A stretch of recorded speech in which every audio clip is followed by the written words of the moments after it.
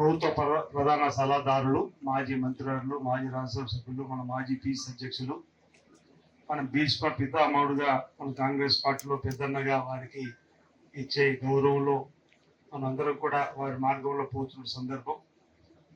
బలహీన వర్గాలకు జరుగుతున్న అన్యాయం ఎక్కడైనా వెంటనే గొంతెత్తేటువంటి పెద్దలు.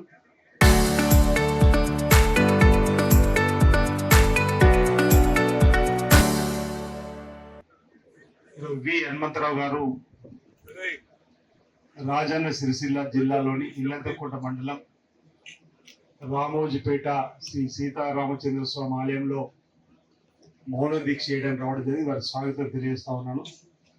అదేవిధంగా ఈ నియోజకవర్గ శాసనసభ్యులు పెద్దలు కవ్వంపల్లి సత్యనారాయణ గారు, జిల్లా కాంగ్రెస్ కమిటీ అధ్యక్షులు శ్రీనివాస్ గారు, ఇల్లంతకోట మండల కాంగ్రెస్ పార్టీ అధ్యక్షులు, అదేవిధంగా జిల్లా నలుగురు వచ్చేసినటువంటి ఇల్లంతకోట మండలంతో పాటు పెద్దలు, రాష్ట్ర వ్యాప్తంగా కూడా వచ్చినటువంటి అనేక మంది పెద్దలకు పేరు పేరున నా హృదయపూర్వక నమస్కారం. అదేవిధంగా పాత్రికేయ మిత్రులకు హృదయపూర్వక నమస్కారం తెలియజేస్తా ఉన్నాను.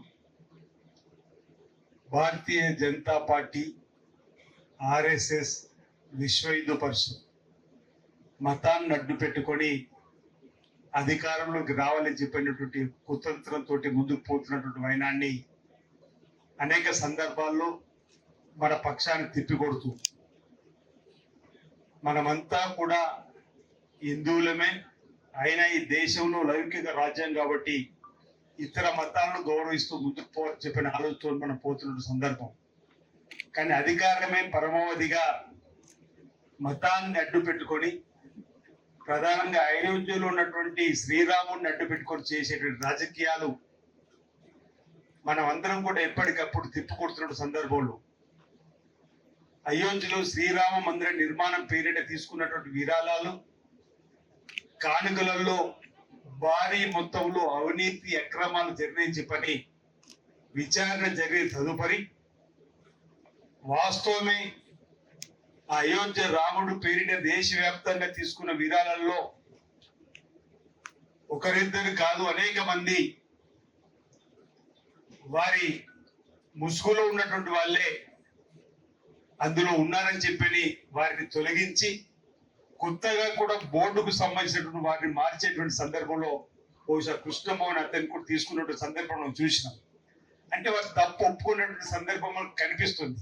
రాముడిని అడ్డం పెట్టుకుని అధికారం రావడానికి చేసేటువంటి కార్యక్రమంలో భాగంగా మరి భక్తుల మనోభావాలకు వ్యతిరేకంగా ప్రతి భక్తుడు, ప్రతి సగటు భక్తుడు, నాకు బాగా గుర్తు, నేను కూడా 25,000 రూపాయలు అయోధ్యలో శ్రీరామ మందిర నిర్మాణం చేస్తున్నామంటే ఇచ్చినటువంటి సందర్భంలో హనుమంతను కూడా అదే విధంగా అనేక మంది దేశంలో ఉన్నటువంటి ప్రతి హిందూ అయోధ్యలో శ్రీరాముడికి నిర్మాణం జరుగుతుంది, మా వంతు పాత్ర ఉండాలని చెప్పినటువంటి ఆలోచనలో అలాంటి నిధులు గోల్మాల్ జరిగినాయని చెప్పని ఆ నిధులకు సంబంధించినటువంటి వారిపైన చర్యలు తీసుకునే క్రమంలో కొత్త బోర్డు కూడా వచ్చినటువంటి సందర్భంలో ఈ నిర్వహణకు సంబంధించి దేశవ్యాప్తంగా కూడా ఆరోపణలు ఎదుర్కొన్నటువంటి భారతీయ జనతా పార్టీ విధానాలను ఆ ప్రభుత్వాన్ని తూర్పురబట్టే విధంగా రాముడు మీ ఒక్కడి వాడే కాదు, రాముడు అందరి వాడైనటువంటి ఆలోచన చెప్పే క్రమంలో అందులో జరిగినటువంటి అవకతవకలను బయటకు తీసేటువంటి లక్ష్యంలో భాగంగా హిందూ సమాజానికి జరిగినటువంటి అవమానంగా భావించి పెద్దలు వి హనుమంతరావు గారు ఈరోజు తాను ఆరాధించేటువంటి రామోజీపేట శ్రీ సీతారామచంద్ర స్వామి ఆలయంలో మౌన దీక్షకు రావడం జరిగింది. దేశవ్యాప్తంగా కూడా చర్చ జరగాల్సిన అవసరం ఉంది. అయోధ్య రాముడిని అడ్డం పెట్టుకుని కేవలం అధికారం రావాలని ప్రయత్నం చేస్తుంది బీజేపీ నరేంద్ర మోదీ ప్రభుత్వం తప్ప ఈ అవినీతి అక్రమం చేసే వారిపైన ఎలాంటి చర్యలు తీసుకోవడం లేదు.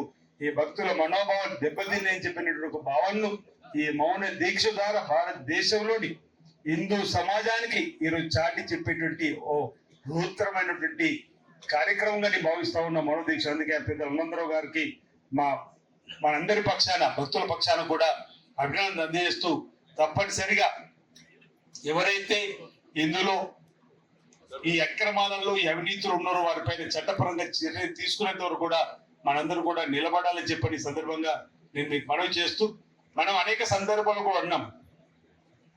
త్రేతాయుగం సంబంధించిన శ్రీరాముడికి బీజేపీకి ఏం సంబంధం సమాజం చెప్పారు. 65-70 సంవత్సరాల క్రితం బహుశా కూడా 60 సంవత్సరాల క్రితమే పుట్టిన భారతీయ జనతా పార్టీకి శ్రీరాముకి ఏ సంబంధం అని. భారతీయ జనతా పార్టీ పుట్టక ముందే అనేక గ్రామాలు శ్రీ సీతారామచంద్ర స్వామి కళ్యాణాలు చేసుకున్నాం. మన పూర్వీకులు, మన తాతలు, ముత్తాతలు, మనం కూడా.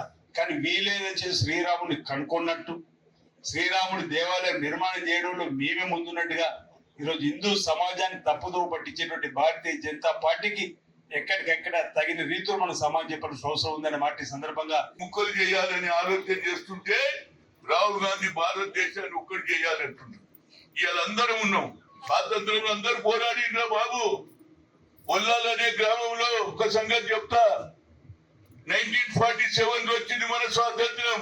ఆనాడు నిజాం ఒప్పుకోలే, చెయ్యొద్దు అన్నాడు. నాకు కొత్త దేశం కావాలన్నాడు. కానీ అదే పిల్లలు, ఆ స్కూల్లో పిల్లలు చదువుతున్నట్టు బడుగు బలైన ఎవరు కాల పిల్లలు 10 మంది 40 ఏళ్ళు అయితే ఎక్కియలేదని 48లో జెండా ఎక్కించినాక ఆ 10 మంది గుర్రాల మీద వచ్చి అందరినీ సప్పేసాడు. టిక్ టిక్ టిక్ టిక్ సాయుధ పోరాటం అన్న కమ్యూనిస్టులకే తెలియదు. నాకు తెలిస్తే అడపోయి స్తూపం కట్టించిన. అంటే దేశభక్తి అనేది అప్పుడే ఉన్నదో అంటున్నా, ఇవాళ కాదు. ఈ భారతదేశం జెండా ఎక్కియాలని ఆలోచన చేసినటువంటి విద్యార్థులు ఉన్నారు. కనుక నేను ఎక్కువ చెప్పకుండా ప్రతి భక్తుడు రాముని, ప్రతి భక్తుడి, ప్రతి తల్లితో, ప్రతి అన్నతో కోరుతున్నా, తప్పనిసరిగా ప్రతి గుళ్ళో ఒక 10 నిమిషాలు మౌనవ్రతం చేస్తే నిజమైన న్యాయం జరుగుతుంది రామునికి. దానివల్ల కోర్టులు కూడా, అది కూడా ఇవాళ జ్యుడిషియరీ కూడా ముందుకు వస్తుంది. తప్పనిసరిగా ఆయన మీద ఏది సిబిఐ ఎంక్వైరీ చేయాలి. ఎందుకంటే నరేంద్ర మోడీ ఏం మాట్లాడతలేడు. అమిత్ షా ఆయన చేతిలో ఉన్నది హోమ్ మినిస్టర్, ఆయన మాట్లాడాడు. కానీ జై రామ్, జై సీతారాం, జై సీతారాం పేర్ల కాదురా, దిల్ల పెట్టుకోవాలి. దిల్ల దేవుడు అనేవాడు. దేవుడు కూడా ఇస్తా, కానీ మనసులో ఒక మాట, బయట ఒక మాట ఎట్లయితుంది అక్క చెప్పు. దేవుడు అనేవాడు అందరికి ఉన్నాడు. కాబట్టి నేను ఇంకెక్కువ చెప్పకుండా రేపు భద్రాచలం పోతున్నా. ఆ రాముని దర్శనం చేసుకుని ఆడ కూడా ఈ మౌన దీక్ష చేయడం జరుగుతుంది. ఆ తర్వాత ఢిల్లీలో కూడా చేస్తా. జంతర్ మంతర్లో పోతేనే దేశ ప్రజలకు తెలుస్తుంది. అప్పుడు పార్లమెంట్ జరుగుతుంటది. పార్లమెంట్ 20 నుంచి జరుగుతుంది. 19 నాడు ఆడ కూడా కూర్చుంటా. రాహుల్ గాంధీ, ప్రియాంక గాంధీని అంటామా, మా దేవునికి అన్యాయం జరిగింది మా రాముడికి.